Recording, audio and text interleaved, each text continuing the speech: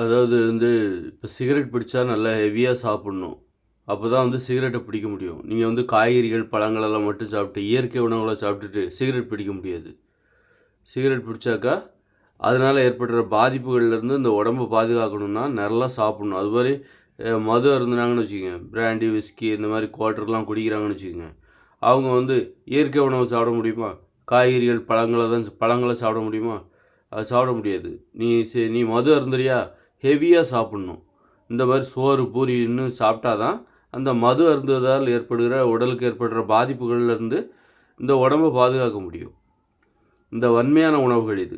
நீ எப்படி இந்த மதுபானம் இருக்குல்ல, வன்மையான மதுபானம், வன்மையான ஒரு பழக்கவழக்கங்கள். இந்த சிகரெட் பிடிக்கிறது இதெல்லாம் வன்மையான பழக்கவழக்கங்கள். அப்போ இந்த பழக்கவழக்கங்கள்னால இந்த உடம்பை பாதுகாக்கணும்னா, உனக்கு இந்த மாதிரியான வன்மையான ஒரு சாப்பாடு தேவை. இப்போ நீங்கள் சும்மா நடந்து போகிறீங்க, மனிதர்கள்லாம் நடந்து போகிறாங்கன்னா ஹெல்மெட்டு தேவையில்ல. அதுவே நம்ம வேகமாக போனால் நமக்கு ஒரு ஹெல்மெட்டு தேவை. வேகமாக நம்ம பைக்கில் போகிறோம் அப்படின்னா நமக்கு ஒரு ஹெல்மெட்டு தேவை. அப்போது நீங்கள் மனிதர்கள் எதுவுமே சண்டை கிண்டா போடலன்னா பாதுகாப்பு கவசம் தேவையில்ல. ஆனால் போரிடுறாங்கன்னு வச்சுக்கோங்க. போரிடுறாங்கன்னா அப்போ புல்லட் ப்ரூஃப் போடணும், மார்புக்கு கவசம்லாம் போட்டு தானே சண்டைக்கு போவாங்க. தலைக்கு ஒரு கவசம் போட்டுப்பாங்க, அங்கே ஒரு கவசம் போட்டுப்பாங்க. ஏன்னா இந்த மாதிரி வன்மையான விஷயங்களில் ஈடுபடும்போது அதற்கு ஏற்றாற் போன்ற ஒரு பாதுகாப்பு தேவைப்படுகிறது. அதுபோல் சிகரெட் பிடிச்சாலோ, மதுபானம் அருந்தினாலோ, நீ பிராண்டி, விஸ்கி, பியர்லாம் குடித்தாலோ, அதில் இருக்கிற ஆல்கஹால்லேருந்து, அது ஒரு கெமிக்கல், சாராயம். அந்த கெமிக்கல்லேருந்து நம்ம உடம்ப, அது மாதிரி சிகரெட்டில் இருக்கிறது நெக்கோட்டின் அப்படிங்கிற ஒரு கெமிக்கல்லாம் இருக்குது. இந்த கெமிக்கல்லேருந்து நம்ம உடம்ப பாதுகாத்துக்கணும்னா நாம் நல்லா சாப்பிட்டாகணும். ஹெவியாக சாப்பிட்டா தான் இந்த மாதிரி மதுபான பழக்க வழக்கங்கள், அது மாதிரி புகைப்பிடிக்கிற வழக்கங்கள்லேருந்து இந்த உடம்பை நம்மளால் பாதுகாக்க முடியும். அதுபோல் பார்த்திங்கன்னா இன்னும் நிறைய இருக்குது. இப்போ இந்த கொசுபத்திலாம் இருக்குது. கொசுபத்தி டெய்லி வீட்டில் கொசுபத்தி பற்ற வைக்கிறவங்க நிறைய பேர். ஏழைகள் இவங்கலாம் பார்த்திங்கன்னா கொசுபத்தி பற்ற வைப்பாங்க வீட்டில். அந்த புகையே பயங்கர கெமிக்கல் அது. அதுலேருந்து அவங்க உடம்ப நீங்கள் பாதுகாத்துக்கணும் அப்படின்னா நல்ல ஹெவியாக சாப்பிட்டாகணும். இந்த சோறு இதெல்லாம் சாப்பிட்டா தான் உங்கள் உடம்ப நீங்கள் பாதுகாத்துக்க முடியும். அதுபோல் நீங்கள் இந்த பினாயில்லாம் இருக்குல்ல, பினாயில் இப்போ பெரும்பாலும் வீட்டை துடைக்கிறது, அந்த வாசனை இருக்குல்ல, அது ரொம்ப ஹெவியான ஒரு வாசனை. அதுலேருந்து உங்கள் உடம்ப நீங்கள் பாதுகாத்துக்கணுன்னா அந்த மாதிரி ஹெவியாக சாப்பிட்ணும். இந்த சோறு, பூரி, பொங்கல், தோசைன்னு சாப்பிட்ணும். நீங்கள் வெறுமனே காய்கறிகள், பழங்களை தான் சாப்பிட்றீங்க, அப்பப்போ உண்ணாவிரதம் இருக்கிறீங்க, உங்கள் உணவு பழக்கம் ரொம்ப மென்மையாக இருக்குது அப்படின்னா இந்த கெமிக்கல்லாம் உங்கள் உடம்புக்கு ஆகாது. இந்த வன்மையான ஒரு குணமுடைய, வன்மையான தன்மை கொண்ட அந்த கெமிக்கல் இருக்குல்ல, அது உங்களுக்கு ஆகாது. இந்த சிகரெட்டாக இருக்கட்டும், மதுபானமாக இருக்கட்டும், இந்த பினாயில் வாசனையாக இருக்கட்டும், அல்லது இந்த பூச்சி மருந்து கடையில், ரசாயன பூச்சி மருந்து கடையில் எப்போ பார்த்தாலும் அந்த பூச்சி மருந்து வாடடிக்கும். அதில் உட்காந்து அவர் வியாபாரம் பார்த்துக்கிட்டு இருப்பார். அப்போ அந்த வாசனைலாம் அவரோட உடம்பை ரொம்ப பாதிக்கும். அந்த பாதிப்புலேருந்து உடம்பை பாதுகாத்துக்கணுன்னா நீ ஹெவியாக சாப்பிட்டாகணும். ஹெவியாக சாப்பிட்டா தான் இதெல்லாம் முடியும். அது மாதிரி நிறைய அதான் கொசுவத்தி சுருள் சொல்லி, கொசுவத்தி புகை, அப்புறம் லிக்விடு குட் நைட் லிக்விடுலாம் சொல்கிறாங்களோ, அதெல்லாம் இந்த மாதிரி நிறைய கெமிக்கல் இருக்குது. நிறைய கெமிக்கல். அப்போ இந்த சாப்பாடு தான் அப்போ உங்களுக்கு அந்த இந்த கெமிக்கல்களை எதிர்கொள்வதற்கான தைரியத்தை கொடுக்குது. இந்த சாப்பாடு இருக்கிறப்ப நாம ஏன் கவலைப்படணும்? இந்த சாப்பாடு, அதாவது நம்மகிட்ட தான் ஹெல்மெட் இருக்குல்ல, வேகமாக போகலாம். நம்மகிட்ட தான் பாதுகாப்பு கவசம் இருக்குல்ல, புல்லட் ப்ரூஃப் இருக்குது, நம்ம சண்டை போடலாம். அப்போ எதுவுமே இல்லைண்ணா, உனக்கு ஹெல்மெட் இல்லை அப்படின்னா என்ன பண்ணுவேன்? மெதுவாக தான் போவேன். அல்லது பாதுகாப்பு கவசம் எதுவுமே இல்லை அப்படின்னா நீ சண்டை போட மாட்ட. இப்படி இதை நம்பி தான் இப்போ எப்படின்னா, இந்த மருத்துவர்களை நம்பி நம்ம கண்ட உணவுகளையும் சாப்பிட்றாங்கல்ல, மருத்துவர்கள் நம்மளை குணப்படுத்திடுவாங்க அப்படின்னு சொல்லிட்டு நோய்களை பற்றின பயமே இல்லாமல் கண்ட உணவுகளையும் மனிதர்கள் சாப்பிட்றாங்க. எதாக இருந்தால் மாத்திரை போட்டுக்கலாம், தலைவலி இருந்தால் மாத்திரை போட்டுக்கலாம், அல்லது சுகர் இருந்தால் அவர்கிட்ட போய் பார்த்துக்கலாம், மருத்துவர்கள் நம்மளை குணப்படுத்திடுவாங்க. அப்படி மருத்துவர்களே இல்லைன்னா இப்போ வண்டியிலலாம் வேகமாக ஏன் போகிறாங்க? ஆக்சிடெண்ட்லாம் ஆனால் அவங்க மருத்துவர்கள் நம்மளை சரி பண்ணிவிடுவாங்க அப்படிங்கிற ஒரு நமக்கு ஒரு மருத்துவர்களை பற்றி மருத்துவர்கள் நமக்கு கொடுக்குற ஒரு தைரியம் இருக்குல்ல, அதுதான் நிறைய தப்புகள். அதுபோல் இந்த உணவுகள் நமக்கு கொடுக்குற ஒரு தைரியம் இருக்குல்ல, இந்த உணவுகள், இந்த சோறு, பூரி இதெல்லாம் ரொம்ப வன்மையான உணவு. இது ரொம்ப வலிமை தரக்கூடியது, ரொம்ப அளவுக்கு அதிகமான வலிமை தரக்கூடியது. அதை நம்பி தான் நம்ம என்ன பண்ணுறோம், இந்த கெமிக்கல்களோட நாம் ஒரு உறவு நம்மக்கிட்ட இருக்குது. அந்த கெமிக்கல்களை நம்ம இந்த பினாயில் வாசனையாக இருக்கட்டும், இந்த கொசுவத்தி புகையாக இருக்கட்டும், நாள் முழுதும் கொசுவத்தி புகையில் ஒரு 7-8 மணி நேரம் தூங்குறாங்க. அது உடம்பை எப்படி பாதிக்கும்? அந்த பாதிப்புலேருந்து உடம்பை பாதுகாத்துக்கணுன்னா சோறு பூரி இதெல்லாம் சாப்பிடணும். இந்த மாதிரி வன்மையான உணவுகளை சாப்பிடணும். காய்கறிகள் பழங்களை சாப்பிட்டுட்டு இந்த கெமிக்கல்களெல்லாம் உடம்பு எதிர்கொள்ள முடியாது. அதுபோல் சரக்கு அடிக்கிறது, தம் அடிக்கிறது, அதனால் ஏற்படுற பாதிப்பு, அந்த பாதிப்புகளை சரி செய்யக்கூடிய அந்த தைரியம் உங்களுக்கு எங்கே கிடைக்குன்னா, அந்த சோறு பூரி சாப்பிட்டு நம்ம உடம்பை நம்ம சரி பண்ணிடலாம் அப்படிங்கிற எண்ணம் இருக்குது மக்கள்கிட்ட. இந்த இந்த உலகத்தை எதிர்கொள்ளணும். அது மாதிரி பார்த்திங்கன்னா நிறைய கஷ்டத்தை தாங்குகிறாங்க மனிதர்கள். 10 லட்சம் பேர் மோட்டார் வாகன விபத்தில் இறந்து போகிறாங்க. அப்புறம் ஏகப்பட்ட அழிவுகள், குற்றங்கள், அப்புறம் விபத்துகள் நடக்குங்கிற ஒரு அச்சம் இருக்குது. இருந்தாலும் மக்கள் போகிறாங்க பாருங்கள். இந்த உலகத்தில் வாழ்கிறாங்க. இவ்வளோ அழிவுகள் இருக்குது. 10 லட்சம் பேர் சாகுறாங்களா? அப்புறம் நோயால் 70 வயசில் இறந்து போகிறாங்களா? இவ்வளோ துன்பத்தையும் தாங்கிக்கிறாங்க. எது தெரியுமா? அதுக்கு இந்த சாப்பாடு தான் காரணம். இவ்வளோ கடுமையான துன்பத்தையும் தாங்கிக்கிறதுக்கே இந்த சாப்பாடு தான் காரணம். இந்த சோறு, பூரி, பொங்கல், தோசை இதை சாப்பிட்டா இது ஒரு போதை. எப்படி துன்பத்தை மறப்பதற்கு போதை சரக்கு அடிக்கிறாங்களோ, தம் அடிக்கிறாங்களோ, அதுபோல் நீங்கள் இந்த துன்பத்தை தாங்கிக் கொள்வதற்கு, வன்மையான துன்பத்தை தாங்கிக் கொள்ள வேண்டுமென்றால் நீங்கள் இந்த சோறு சாப்பிட்டாகணும். சோறு, பூரி, பொங்கல், தோசை, அளவுக்கு அதிகமான வலிமை தருகிற இந்த உணவுகளை சாப்பிட்டா தான் இந்த உலகத்தில் நடக்கிற கொடூரங்களை தாங்கிக் கொள்ள முடியும். இப்போ இந்த பாலஸ்தீனத்துலேயோ, இஸ்ரேல்லையோ, லெபனான்லேயோ, உக்ரைன்லேயோ எவ்வளோ பெரிய அழிவு ஏற்பட்டிருக்கு. அங்கே போய் பாருங்கள். எல்லா கட்டடங்கள்லாம் நிர்மூலமாகி போச்சு. கட்டட இடிபாடுகளுக்கெல்லாம் எத்தனை பேர் இன்னும் உயிரோட கூட இருக்கலாம், அல்லது யாராவது காப்பாற்ற மாட்டாங்களான்னு கூட இருக்கலாம், அல்லது இறந்து போயிட்டாங்க. ஆனால் இவ்வளோ துன்பத்தையும் அவங்க ஏன் தாங்கிக்கிறாங்க தெரியுமா? எப்படி தாங்கிக்கிறாங்க? எப்படி முடியுது? காரணம் அவங்க சாப்பிட்ற அந்த கோதுமை உணவுகள், உப்பு கலந்து. நம்ம சோறு சாப்பிட்றோம்ல, அதுபோல் அவங்க கோதுமை உணவு, ப்ரெட்டு, இந்த மாதிரி மைதா, இந்த உணவுக்கு எவ்வளோ ஒரு துன்பத்தையும் தாங்கிக்கிற தன்மை உண்டு. எவ்வளோ பெரிய துன்பத்தையும் இப்போ அணுகுண்டே போட்டால் கூட அந்த மனிதர்கள் மீண்டு வராங்க பாருங்கள். அவ்வளோ பெரிய அழிவு, அணுகுண்டு போட்டு அவ்வளோ பெரிய அழிவையும் தாங்கிக்கிட்டு மீண்டு வராங்கன்னா அதுக்கு காரணம் இந்த உணவுகள் கொடுக்குற ஒரு இதை சாப்பிட்டா போதும், எனக்கு எதுவுமே வேண்டாம்ப்பா, என்ன நடந்தாலும் ஓகே, என் வாழ்க்கையில் என்ன நடந்தாலும் ஓகே, இந்த சாப்பாடு கிடச்சா போதும். இந்த சாப்பாடு கிடச்சிட்டாக்கா எனக்கு என் உரிமைகள் எதுவுமே தேவையில்லை. எனக்கு காதல் தேவையில்லை, நட்பு தேவையில்லை, விளையாட்டு தேவையில்லை, அன்பு தேவையில்லை, பாசம் தேவையில்லை, மனிதர்களே தேவையில்லை. மனிதர்களுக்கு என்ன ஆனாலும் எனக்கு கவலையே இல்லை. இப்போ பார்த்தா மனிதர்களுக்கு அழுகே வர மாட்டேங்குது பாருங்கள். இதெல்லாம் எதுக்காக அழுக? ஒரு அளவுக்குள்ளே இருந்தால் தான் அழுக வரும். மனிதர்களுக்கு துன்பங்கள் ஒரு அளவுக்குள்ளே இருந்தால் தான் அழுக வரும், சிரிப்பு வரும். இந்த மனிதர்கள் தாங்க முடியாத பிரச்சனைகளை நோக்கி போயிட்டாங்க. யாராலும் இது பயங்கரம். பார்த்தீங்கன்னா 100 முறை இந்த உலகத்தை அழிக்கிற அளவுக்கு அமெரிக்கா கிட்ட அணு ஆயுதங்கள் இருக்குது. அப்புறம் சீனாக்கிட்டேயும் அவன் 200 முறையாவது இந்த உலகத்தை அழிக்கிற அளவுக்கு அவங்ககிட்ட அணுகுண்டுகள் இருக்கும்.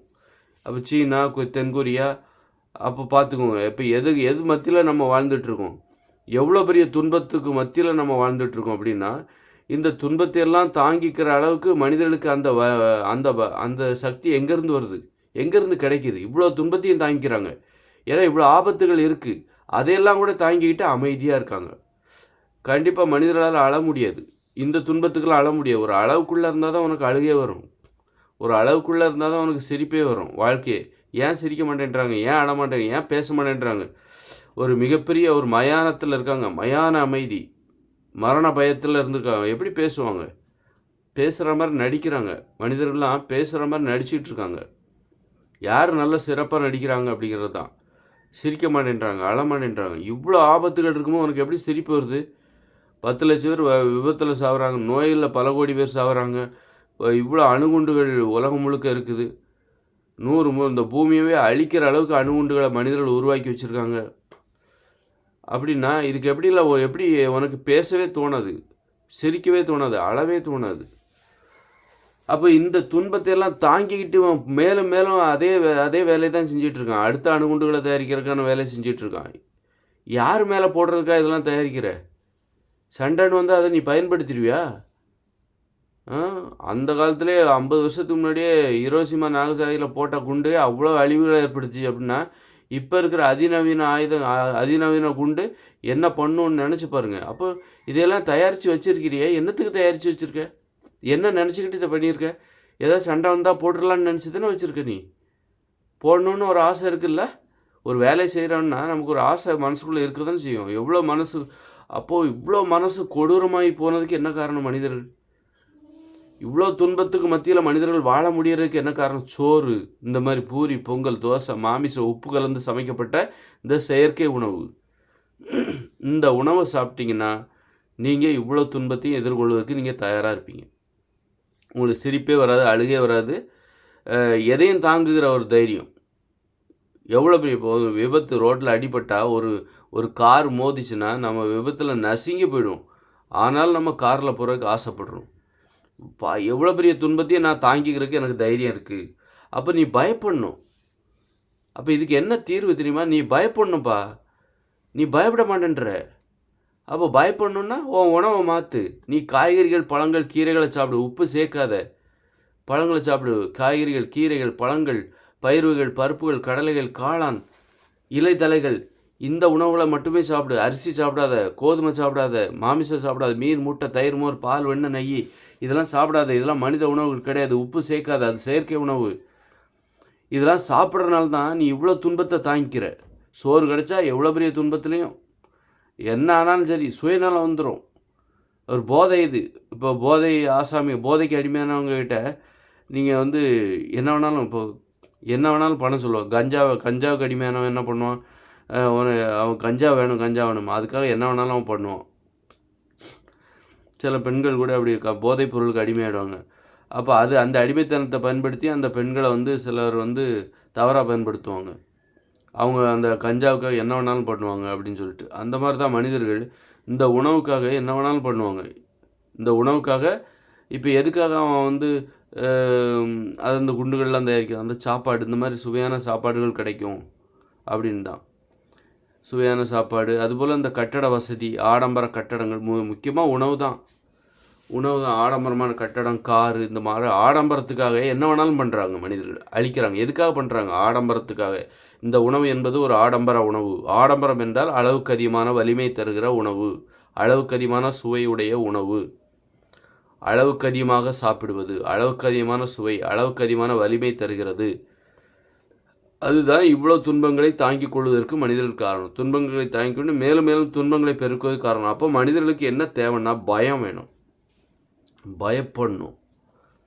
அந்த பயம் எங்கேருந்து வருது? உணவை மாற்றிரு, பயம் வந்துடும். காய்கறிகள், பழங்கள், கீரைகள், கிழங்குகள், இலைத்தலைகள், பயிர்கள், பருப்புகள், கடலைகள், காளானை மட்டும் சாப்பிடு. உப்பு சேர்க்காத. அப்போ உனக்கு பயம் வந்துடும். அப்போ நீ இந்த சாலையில் போகிறக்கே பயப்படுவ.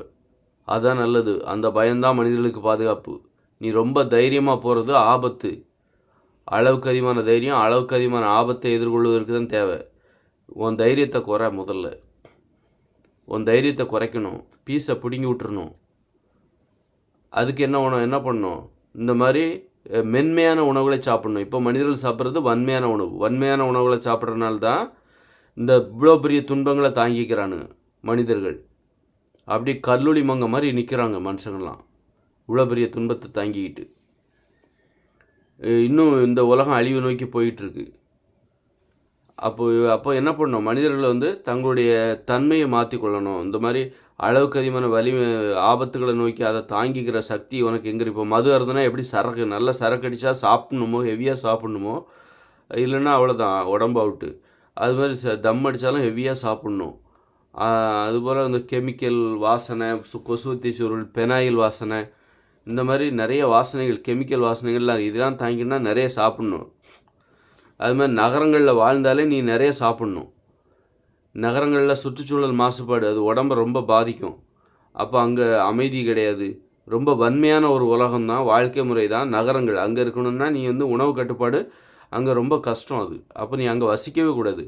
அப்போ உணவு கட்டுப்பாடு ஒரு மென்மையான இடத்துல தான், மென்மையான உணவுகளை சாப்பிடுவது தான் உணவு கட்டுப்பாடு. வன்மையான உணவுகளிலிருந்து உன்னை பாதுகாத்து மென்மையான உணவுகளை சாப்பிட வேண்டும். அதற்கு பேர் தான் உணவு கட்டுப்பாடு. அதற்கு நீ மென்மையான ஒரு வாழிடத்திற்கு வர வேண்டும். வன்மையான வாழிடமான நகரத்தில் வாழக்கூடாது. இப்படி அப்போ நம்ம இவ்வளோ தப்புகள் பண்ணுறதுக்கு என்ன காரணம்? மனிதர்களுக்கு இவ்வளோ தைரியம் எங்கேருந்து வருது? உணவுலேருந்து தான் வருது. இவ்வளோ ஆசைகள் ஏன் வருது? உணவுலேருந்து தான் வருது. அப்போ இந்த ஆசை தான் ஆபத்துகளை உருவாக்குறதுக்கு காரணம். இந்த ஆடம்பர ஆசைகள் இருக்குல்ல, இதை உருவாக்குறதுக்கு என்ன காரணம்? இந்த மாதிரி உணவுகள் தான். இந்த உணவை சாப்பிட்டா உனக்கு இந்த மாதிரி ஆசைகள்லாம் வரும், ஆபத்துகளை நோக்கி நீ போவ.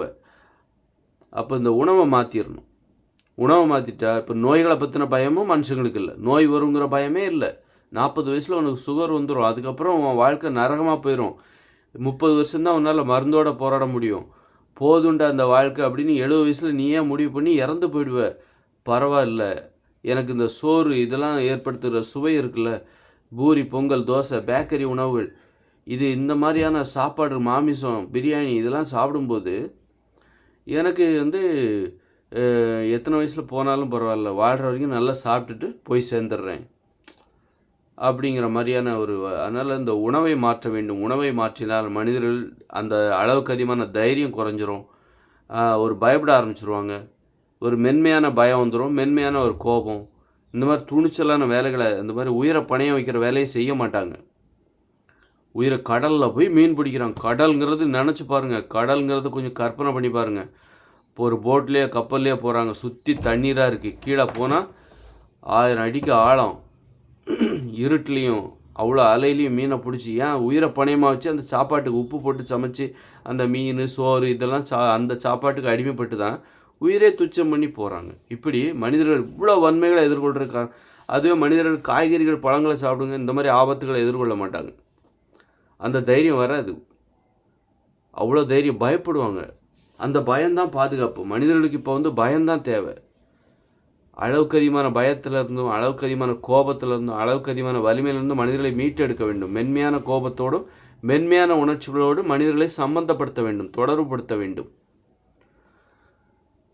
அதற்கு மென்மையான உணவு தேவை. நீங்கள் காய்கறிகள், பழங்களை சாப்பிட்டுட்டிங்கன்னா உங்களுக்கு இப்போ நான் ஏன் பயப்படுறேன்? இந்த உலகத்தை பார்த்து பயப்படுறேன் பாருங்கள், எவ்வளோ கவலைப்படுறேன். அதனால் அதே நேரத்தில் நான் பயந்துட்டு நான் உண்டுன்னு நான் போகிறேன்னா, நான் உண்டு, என் வேலை உண்டு, என் வாழ்க்கை உண்டு, இந்த உலகம் எப்படி போச்சுன்னு நான் போகிறேன்னா, என்னால் முடியலை. இந்த மாதிரி ஒரு 10 வீடியோ ஏதோ ஒன்று நான் போடணும். என்னால் இப்போ முடிஞ்சது, எதிர்காலத்தில் என்னால் வேறு என்ன முடியும்னு எனக்கு தெரியாது. படிப்படியாக தான் நம்ம முயற்சி, நம்மளால் இப்போ என்ன முடியுமோ அதை பண்ணுறேன். நான் ஒரு எளிமையான ஒரு உணவை சாப்பிட்டுக்கிட்டு இருக்கேன். என்னால் எளிமையாக இதை இப்போதைக்கு என்னால் பண்ண முடியுது. நான் இதெல்லாம் பேசாமல் இருந்துடலாம், நான் தைரியமாக. அப்போ எனக்கு ஒரு தைரியம் இருக்குது. அதுக்காக நீ காய்கறி, பழங்கள் சாப்பிட்டா அப்போ கோழையாயிட மாட்டோம். அதில் ஒரு தைரியம் இருக்குது, அதில் ஒரு கோபம் இருக்குது, அதுலேயும் ஒரு கோபம் இருக்குது. இந்த உலகத்தை பார்த்து நான் பயப்படுறேன், என் உணர்வுகளை நான் பதிவு பண்ணுறேன். அதனால் அந்த உணவுகளை சாப்பிட்டா நீ கோழையாயிட மாட்டேன்.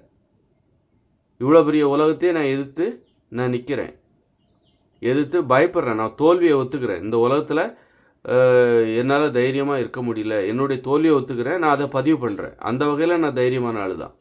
நான் பதிவு பண்ணுறேன், இந்த உலகத்துக்கு நான் எச்சரிக்கிறேன். இந்த உலகத்துக்கு எல்லாத்துக்கும் முன்னாடி போய் நான் நிற்கிறேன். வேண்டாம், உங்களை விட நான் ஃபாஸ்ட்டாக போயிட்டேன், எதிர்காலத்துக்கு போயிட்டேன். இந்த உலகத்தின் மிக வேகமான மனிதனும் நான் தான்.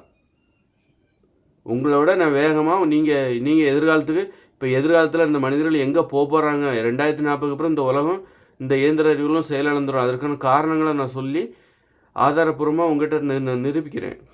நிரூபித்து உங்களை விட முன்னாடி போயிட்டேன். எவ்வளோ வேகமான ஆள் பாருங்கள். ஆனால் ரொம்ப மென்மையாக தான் இருக்கிறேன், எளிமையாக தான் இருக்கிறேன், ஆனால் ரொம்ப வேகமான ஆள். நீங்கள் இன்னும் கடந்த காலத்தில் தான் இருக்கீங்க, என்னுடைய கடந்த காலத்தில் தான் இன்னும் வாழ்ந்துட்டுருக்கீங்க. உங்களுக்கு முன்னாடியே போய் நான் உங்களுக்கு எச்சரிக்கிறேன். இந்த உலகத்தை பற்றி முழுமையாக நான் தெரிஞ்சுக்கிட்ட ஒரு ஆள். அந்த அளவுக்கு பறந்துபட்ட அனுபவங்களை வச்சுக்கிட்டு நான் இந்த உலகத்தின் ஆபத்துகளை, அபாயத்தை உங்களுக்கு சொல்லி எதிர்காலத்தில் என்ன நடக்க போகிறது அப்படிங்கிற அந்த உண்மையை நான் உங்களுக்கு சொல்லுகிற ஒரு ஆளாக உங்களை விட எல்லாரையும் விட முன்னாடி போய் நிற்கிறேன். அப்போ எனக்கு என்ன இருந்திருக்கும்? உங்களை விட அதிகமாக பயம் இருந்திருக்கும், கோபம் இருந்திருக்கும். உங்களை விட அதிகமான ஒரு கோபம் எனக்கு இருந்திருக்கும். இந்த அணுகுண்டு தயாரிக்கிறான்ல, அந்த விஞ்ஞானிக்கு இருக்கிற கோபத்தை விட பல மடங்கு கோபம் எனக்கு இருந்திருக்கும். அதனால தான் இந்த உலகத்தையே கடந்து போக என்னால் முடியுது. நீ இந்த உலகத்துக்குள்ளே தான் இருக்கிற, நீ அணுகுண்டுகளை தயாரிச்சுக்கிட்டு நீ இந்த உலகத்துக்குள்ளே தான் இருக்கிற. நான் இந்த உலகத்தையே கடந்து இன்னொரு ஆக்கப்பூர்வமான ஒரு இயற்கையோடு இணைந்த மனித வாழ்க்கையை பற்றி நான் கற்பனை பண்ணுறேன். அந்த தேவை எனக்கு தேவையாக இருக்குது. அதனால் இது எல்லாம் நீ உணவை மாற்றிட்டாலே நீ மென்மையாயிருவ. மனிதர்களுக்கு என்ன நம்பிக்கை, எப்படி இந்த மனிதர்கள் மீண்டு வரப்போகிறாங்க, ஒரு பயத்தோடு தான் நம்ம போயிட்டுருக்கோம். எதிர்காலம் என்னவாக இருக்கும், என்ன நடக்கும் அப்படின்னு பயந்துட்டு தான் போயிட்டுருக்கோம். எங்கே போகிறோன்னு நமக்கு தெரில, போகிற இடத்துல என்ன நடக்க போகுதுன்னு நமக்கு தெரில, என்ன ஆகுமோ இந்த மனுஷங்களோட வாழ்க்கை அப்படின்னு நினச்சி பயந்துக்கிட்டு தான் நம்ம போயிட்டுருக்கோம். பயந்துக்கிட்டு அப்போ எவ்வளோ பயம் இருக்குன்னு நினச்சி பாருங்கள் எவ்வளோ. அதனால் எதிர்காலத்தை பற்றி க அந்த அளவுக்கு ஆபத்துகளை நோக்கி. அதனால் அந்த உணவுகள் தான் இந்த பிரச்சனைகள் துன்பங்கள் இவ்வளோ பிரச்சனைகளை தாங்கிக்கிற தன்மையை இந்த உணவுகள் தான் தருது. அதனால தான் இவ்வளோ ஆபத்துகளை தாங்கிக்கிற. அதே நேரத்தில் அந்த உணவுகள் ஒரு பக்க விளைவை ஏற்படுத்துது. இந்த உணவுகள் ரொம்ப வன்மையான உணவுங்கிறதுனால இந்த உணவுகளை சாப்பிட்டு அதுவே உடம்புல நோயை தருது. இது வந்து ஒரு ஊக்க மருந்து. இந்த உணவு என்பது ஒரு ஊக்க மருந்து. பச்சையாக இருக்கிற வரைக்கும் தான் அது உணவு. நீ சமைச்ச உணவு சாப்பிட்றோம்ல, சமைச்சு சாப்பிட்றோம்ல, இது வந்து உணவு கிடையாது, ஊக்க மருந்து. உணவு என்பது பச்சையாக இருக்க வேண்டும், அப்போ தான் அது உணவு. அதை சமைத்து விட்டால் அது ஒன்று இன்னொன்றாக மாறிவிடும், மருந்தாக மாறிவிடும். நாம் சாப்பிட்றது ஊக்க மருந்து. இந்த இயந்திர அறிவியல் உலகில் வாழ்வதற்கு நமக்கு ஊக்க மருந்து தேவைப்படுகிறது. இந்த அரிசி, கேழ்வரகு இது போன்ற ஊக்க மருந்து அளவுக்கு அதிகமான வலிமையும் அளவுக்கு அதிகமான தைரியத்தையும் பெறுவதற்கு நமக்கு ஊக்க மருந்து தேவைப்படுகிறது. இந்த இயந்திர அறிவியல் உலகில் வாழ்வதற்கு அளவுக்கு அதிகமான திறமை, அளவுக்கு அதிகமான கோபம், அளவுக்கு அதிகமான பயம், அளவுக்கு அதிகமான வலிமை, இது எல்லாத்தையும் இந்த உணவு தான் உங்களுக்கு கொடுத்துட்ருக்கு. வீடு கட்டணும், கார் ஓட்டணும், பயணம் செய்யணும், விமானத்தில் பயணிக்கணும், கப்பலில் போகணும், கடலுக்குள்ளே போகணும், ஆழ்கடலுக்குள்ளே போகணும், இதுக்கெல்லாம் அளவுக்கு அதிகமான வலிமை. அந்த தைரியத்தையும் வலிமையும் திறமையும் கோபத்தையும் தருவது தான் இந்த உணவுகள். இந்த உணவு சாப்பிட்டா உனக்கு இதெல்லாம் கிடைக்கும். ஊக்க மருந்து இது. உண்மையில் இது ஊக்க மருந்து. நான் வந்து ஏதோ ஒரு இதுக்காக சொல்கிறேன், பேச்சு சுவாரஸ்யம் சொல்லலை. நம்ம இதை உணவுன்னே சொல்லக்கூடாது, ஊக்க மருந்து தான் சொல்லணும். நம்ம உணவுன்னு சொல்லிகிட்டு இருக்கோம், இது உணவு கிடையாது. பச்சையாக சாப்பிட்டா தான் அது உணவு. இன்றைக்கி உணவு எவ்வளோ சாப்பிட்டீங்க, ஊக்க மருந்து எவ்வளோ சாப்பிட்டீங்க? ஊக்க மருந்து இட்லி சாப்பிட்டீங்களா, அது ஊக்க மருந்து. அது வாழைப்பழம் சாப்பிட்டீங்களா, அது உணவு. கேரட்டு பச்சையாக சாப்பிட்டீங்களா, அது உணவு. அதுவே வந்து மாமிசம் சாப்பிட்டிங்களா, அது ஊக்க மருந்து. உப்பு சேர்த்திங்கன்னா அது ஊக்க மருந்து. இந்த மாதிரி பச்சையாக சாப்பிட்டா அது உணவு, சமைச்சு சாப்பிட்டா அது ஊக்க மருந்து. இந்த இயந்திர அறிவியல் உலகில் வாழ்வதற்கு அளவுக்கு அதிகமான வலிமை, தைரியம், திறமை இதெல்லாம் தேவை. ஆபத்துகளை எதிர்கொள்வதற்கு ஒப்புக்கொள்கிறாயா? என்ன வேணாலும் ஆபத்து உனக்கு நடக்கும். ஆக்சிடெண்ட் நடக்கும், மோதி வண்டியில் சக்கரத்தில் மோதி கூழாக மாறிடுவேன், நோய் வரும், எல்லாம் உனக்கு சம்மதமாக. இந்த கோப்பில் கையெழுத்து போடு, இந்த ஊக்க மருந்து சாப்பிடு. அதனால் இந்த ஊக்க மருந்து தான் இந்த இட்லி, பூரி, பொங்கல், தோசை, பிரியாணி, மாமிசம், மீன், முட்டை, தயிர், மோர், வெண்ணெய், நெய், உப்பு கலந்து இதெல்லாம் ஊக்க மருந்து. இந்த ஊக்க மருந்து சாப்பிட்றனால தான் இவ்வளோ துன்பங்களை மனிதர்கள் தாங்கிக்கிட்டு கல் மாதிரி நிற்கிறாங்க. சிரிக்க மாட்டேங்கிறாங்க, அழ மாட்டேங்கிறாங்க, அன்பு வர மாட்டேங்குது. எப்படி நீ வந்து ஒரு மரண மயானத்தில் இருக்கிற, உனக்கு எப்படி அன்பு இருக்கும், எப்படி பாசம் இருக்கும், எப்படி உனக்கு கண்ணீர் வரும், எப்படி உனக்கு சிரிப்பு வரும்? ஆனால் சிரிக்கணும்னு வேறு ஆசை. யார் சிரிப்பாங்க தெரியுமா? இந்த உலகத்துலேயும் யார் சிரிப்பாங்கன்னா, நல்ல இந்த ஒரு வக்கர புத்தி உள்ளவங்க தான் சிரிப்பாங்க. இந்த இயந்திர அறிவியல் உலகத்துலேயும் நல்லா சிரிக்கிறவங்க யாராக இருப்பான்? இவ்வளோ அழிவுகள் இருக்குது, இவ்வளோ ஆபத்து இருக்குது, உனக்கு சிரிப்பு வருதா? ஒரு துக்க வீட்டில் சிரிக்கிறவங்க யாராக இருப்பாங்க? ஈரம் இல்லாதவங்க தான், மனசில் ஈரமும் இறக்கமும் இல்லாதவங்க தான் சிரிப்பாங்க. அதான் மனுஷங்க அழுகையும் வர மாட்டேங்குது, சிரிக்கவும் வர மாட்டேங்குது, பேசவும் வர மாட்டேங்குது. எப்படிப்பா இவ்வளோ ஜாலியாக இருக்க? மனிதர்களுக்கு இடையில் இவ்வளோ அழிவுகள் இருக்குது, எப்படி நீ இவ்வளோ ஜாலியாக இருக்க? நல்ல ஜாலியாக இருக்கிறவங்களெல்லாம் பாரு, அவங்க நல்லவங்களாகவே இருக்க மாட்டாங்க. நல்லா சிரிக்கிறவங்களெல்லாம் பாரு, அவங்க நல்லவங்களாகவே இருக்க மாட்டாங்க. அடுத்தவங்களோட துன்பத்தை பார்த்து சிரிக்கிறவங்க தான் இந்த உலகத்தில் சிரிப்பாங்க. நல்லா சிரிக்கிறவங்கள பாருங்கள், அவங்க மற்றவங்க பார்த்து அடுத்தவங்கள துன்புறுத்தி சிரிக்கிறவங்க தான் இந்த உலகத்தில் இருப்பாங்க. அவங்க தான் சிரிச்சிட்டு இருப்பாங்க. இந்த உலகத்தில் நீ சிரிக்கணுமா? அடுத்தவங்கள வெறுப்பேற்று, அடுத்தவங்கள கேலி பண்ணு, கிண்டல் பண்ணு, அப்போ உனக்கு சிரிப்பு வரும். அப்படிப்பட்டவங்க தான் இந்த உலகத்தில் சிரிக்க முடியும். இது அப்படிப்பட்ட உலகம். இந்த உலகத்துலலாம் சிரிப்பே வராது, அவ்வளோ அழிவுகள் சூழ்ந்திருக்கு. இந்த உலகத்தை, இந்த பூமியை 1000 முறை அழிப்பதற்கு தேவையான அணுகுண்டுகள் இந்த உலகத்தை எல்லார்ட்டையும் இருக்குது. இதுக்கிடையில் உனக்கு சிரிப்பு வருதா? பல கோடி பேர் செத்துக்கிட்டு இருக்கான், இதுக்கிடையில் உனக்கு சிரிப்பு வருதா? அழுகையும் வராது, சிரிப்பும் வராது, பேசவே வராது. அதனால் ரொம்ப சிரிக்கிறவங்க, ரொம்ப பேசுகிறவங்க, ரொம்ப எப்போ பார்த்தாலும் இவங்க மற்றவங்கள துன்புறுத்துகிறவங்களாக தான் இருப்பாங்க. ரொம்ப சிரிக்கிறவங்களும் சரி, ரொம்ப பேசுகிறவங்க இந்த உலகத்தில் யார்? அதனால தான் பாருங்கள், எவ்வளோ பேசுகிற திறமை எனக்கு இருக்குன்னு தெரிஞ்சாலும் அங்கே பேசுகிறதுக்கான வாய்ப்புகள் இங்கே கிடைக்கிறது இல்லை. எல்லோரும் அமைதியாக இருக்காங்க. பேசணும்னு நினச்சாலும் இங்கே பேச முடியும். உனக்கு திறமை இருந்தால் கூட பேச முடியாது. நீ பேசணுன்னா அதை கேட்கணும் இல்லை, மற்றவங்களோட சப்போர்ட் தேவை உனக்கு. இங்கே யார் பேசுகிறாங்க? இந்த மேடையில் ஏறி இருக்கிறவங்க தான் பேசுகிறாங்களே தவிர, நடைமுறை வாழ்க்கையில் யாரும் பேசுகிறது கிடையாது, சிரிக்கிறது கிடையாது, அழுறது கிடையாது. மேடையில் இருக்கிறவங்க என்னென்னா அவங்க பேசுனா அங்கே முன்னாடி இருக்கிறவங்க கேட்பாங்க, கஷ்டப்பட்டு சகிச்சுக்கிட்டு கேட்டுட்ருப்பாங்க. மேடை பேச்சை கேட்கணுன்னா ஒரு சகிப்புத்தன்மை தேவை. துன்பம், அதுவும் ஒரு பெரிய துன்பம் தான். அவங்க தான் பேசணுங்கிறக்காக தான் மேடைக்கு போகிறாங்க. ஏன் மேடைக்கு போகிறாங்க? இப்போ இந்த வீடியோலாம் பேசுகிறோம், வீடியோவில் தான் என்னால் பேச முடியும். ஒரு மனுஷங்கிட்ட போய் பேச முடியுமா? யாரும் கேட்க மாட்டாங்க, யாரும் நிற்க மாட்டாங்க. எல்லாருக்கும் ஒரு வேலை இருக்குது, வேலையை பார்ப்போமா. கேட்குற அளவுக்குலாம் அந்த அளவுக்கு இந்த உலகம் அவ்வளோ ஆபத்து நிறைந்ததாக இருக்குது. கேட்குற அளவுக்கு ஒருத்தர் பேசுகிற அளவுக்கு, ஒருத்தர் மனுஷங்கிட்ட போய் பேசுகிற அளவுக்கோ, மனுஷங்கிட்ட பேசுகிறத கேட்குற அளவுக்கோ இங்கே யாருக்கும் பொறுமையும் இல்லை, அவங்க நேரம் அந்த மாதிரி தான் இருக்குது. அதனால் இவ்வளோ துன்பங்களை ஏன் தாங்கிக்கிறாங்கன்னா, இந்த வன்மையான உணவு. இவ்வளோ பிரச்சனைகளை கடந்து ஆடம்பரமாக வாழணுங்கிறதுல பிடிவாக இருக்குமாங்கன்னா இந்த வன்மையான உணவு. மனிதர்கள்லாம் பேய்களாக மாறிவிட்டார்கள், பிசாசுகளாக மாறிவிட்டார்கள். மனிதர்களுடைய வாழிடம் குடிசை, ஆனால் அந்த பேய்களோட வாழிடம் தான் கட்டிடங்கள், காங்கிரீட் கட்டிடங்கள். பேய்கள் தான் ஆடம்பர வாழ்க்கை வாழும். ஆடம்பரமான வாழ்க்கை யாருக்கு? மனிதர்களுக்கு அல்ல, பேய்களுக்கு. மனிதர்களெல்லாம் பேய்களாக ஆகிவிட்டார்கள். பேய்களின் ஆசை தான் பேராசை. பார்த்தீங்களா? பேயின்னு ஏன் வச்சாங்க பாருங்க, பேராசை.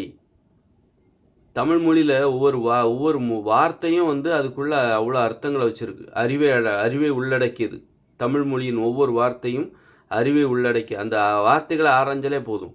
பேயின்னு அதுக்கு ஏன் பேர் வச்சாங்க? பேய் பாருங்கள், அதில் பேய்னா அதிகமான வலிமை அதுக்கு இருக்குது அப்படின்னு அர்த்தம், பேராசை.